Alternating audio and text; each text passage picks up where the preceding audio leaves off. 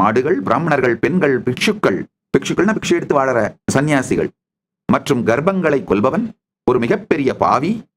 அவனுக்கு கும்பி பாக குண்டம், காய்ச்சிய எண்ணெய் நரகம் எனப்படும் இடத்தில் 14 இந்திரகாலங்களுக்கு தங்கி யமதூதர்களாலே எப்போதும் அடிக்கப்பட்டு, தூளாக சுரண்டப்பட்டு, சில நேரங்கள் தீயில் வீசப்பட்டு, காடுகளில் கிழிக்கப்பட்டு, காய்ச்சிய எண்ணெய்களில் தூக்கப்பட்டு வதைக்கப்படுகின்றார்.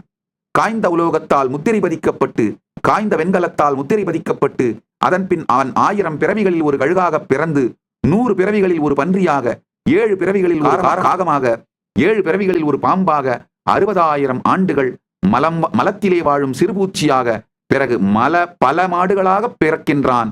இறுதியில் ஏழர் நலக்குறைவான மனிதனாக பிறக்கின்றான்.